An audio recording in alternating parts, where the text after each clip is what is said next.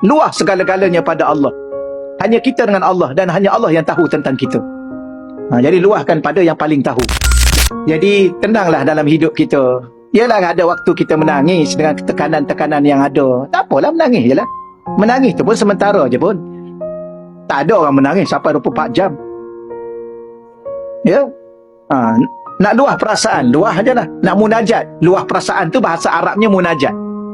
Luah segala-galanya pada Allah.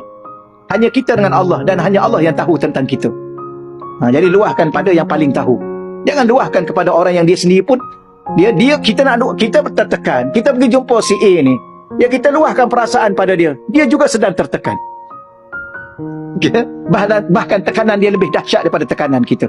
Maka baik kita luahkan pada Allah. Tapi itulah orang yang mengenal Allah. Dia dah tahu, dan dia faham, dan dia hayati hidup ni kesementaraan kehidupan yang sedang dilalui dengan makna yang mendalam.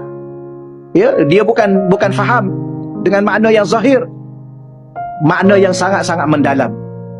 Baik, lalu mereka sentiasa bersedia untuk pertemuan dengan Allah di akhirat. Maka orang-orang yang mengenal Allah ni, sebab tu kita nak usaha sangat, ya, belajar, beramal, bermohon dengan Allah, berdoa kepada Allah supaya Allah bagi kita faham.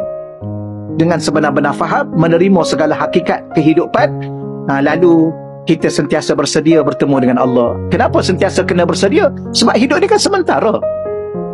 Bila mana sementara? Bila-bila masa saja kita akan berpindah alam. Bila-bila masa sahaja. Bila-bila masa saja Allah akan noktahkan kehidupan kita dengan sebuah kematian. Di saat itu kita akan bila-bila masa bertemu dengan Allah. Maka bersedia tak? Kena bersedialah bila-bila masa.